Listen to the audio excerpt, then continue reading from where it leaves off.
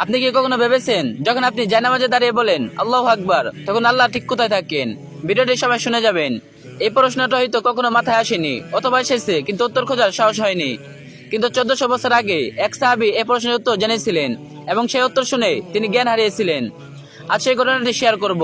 একটি রাতের ঘটনা। মদিনার অলিতে গলিতে মদিনার রাত, চাঁদের আলোয় ধুয়ে যাচ্ছে পথঘাট। মসজিদে নববীতে তখনও প্রদীপ জ্বলছে। রাসূলুল্লাহ সাল্লাল্লাহু আলাইহি ওয়াসাল্লাম তার সাহাবীদের নিয়ে বসে আছেন।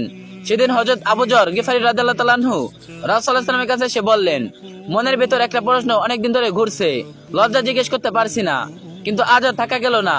আস্তে আস্তে বললেন, ইয়া রাসূলুল্লাহ, নামাজে যখন আমি দাঁড়াই, আল্লাহ তখন কোথায় থাকেন? মসজিদে একটু নীরবতা নামলো। রাসূলুল্লাহ সাল্লাল্লাহু আলাইহি ওয়াসাল্লাম তার দিকে তাকালেন। সে চোখে ছিল অসীম মায়া। তারপর ধীরে ধীরে বললেন, আল্লাহ তাআলা তার বান্দার দিকে মুখ করে থাকেন যখন সে নামাজে থাকে এবং অন্যদিকে মনোযোগ না দেয়। সুনানে নাসাই, হাদিস 11095। আবু যর রাদিয়াল্লাহু তাআলা আনহু কথাটা শুনলেন।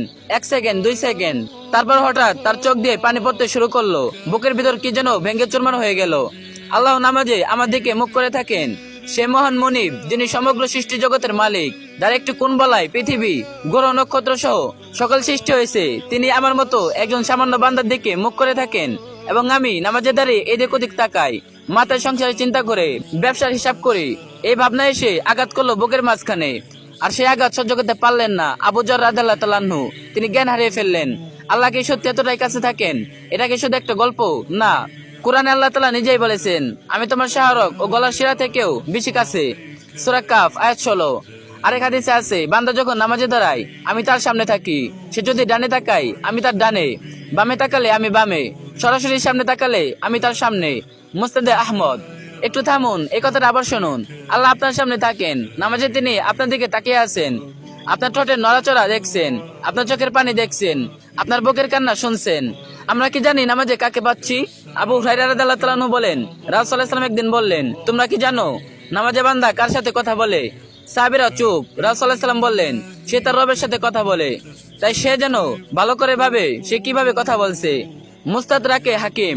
ভাবুন একবার, দুনিয়া কোনো বড় নেতার সাথে দেখা হলে আমরা কতটা প্রস্তুতি নেই, পোশাক ঠিক করি, কথা গুছিয়ে নেই, ওনার কথায় মনোযোগ দেই। কিন্তু আল্লাহর সাথে কথা বলার সময় মন থাকে বাজারে, আর নামাজের পর ব্যবসা কিংবা প্রতিষ্ঠানের হিসাবে। আবু যর রাদিয়াল্লাহু তাআলা আনহু অজ্ঞান হননি ভয়ে, তিনি অজ্ঞান হয়েছিলেন লজ্জায়। সারা জীবন নামাজ পড়েছেন, কিন্তু কখনো ভাবেননি এই নামাজ আল্লাহ নিজেই সামনে দাঁড়িয়ে থাকেন। এই ব্যাপারটি ভাবতেই তার হৃদয় আর নিতে পারেনি।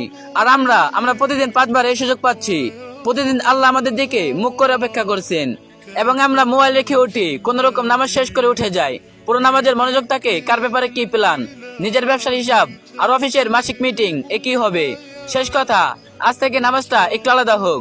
আজ যখন নামাজে দাঁড়াবেন, একটু থামুন, চোখ বন্ধ করুন, মনে করুন মহামনিব আল্লাহ এখন আপনার সামনে, তিনি আপনার দিকে তাকিয়ে আছেন, তিনি সব শুনছেন। শুধু একটু মনে রাখুন, দেখবেন আপনার চোখও ভিজে আসবে। হয়তো আবু যর রাদিয়াল্লাহু তাআলা আনহুর মতো না, কিন্তু বুকের ভেতর কিছু একটা নড়ে উঠবে। সেটাই ঈমান, সেটাই নামাজের প্রাণ। যে ব্যক্তি এমন ভাবে নামাজ পড়ে যেন সে আল্লাহকে দেখছে, এটা হলো ইহসান। মুসলিম, সহিহ মুসলিম, হাদিস জিবরাইল। এই ভিডিওটি আপনি শুনুন, আপনার স্ত্রী, সন্তান কিংবা ভাই বোন অথবা বন্ধুকে শোনান। হয়তো আজ থেকে আপনার নামাজ দীর্ঘ হবে, সিজদা যত চাওয়া সব কবুল হয়ে যাবে ইনশাআল্লাহ। এই ভিডিওটা অবশ্যই অনেকে জানার সুযোগ করে দেন, আর যে যত পারবেন কপি লিংক করে দিন। وبث الدعاء الخفي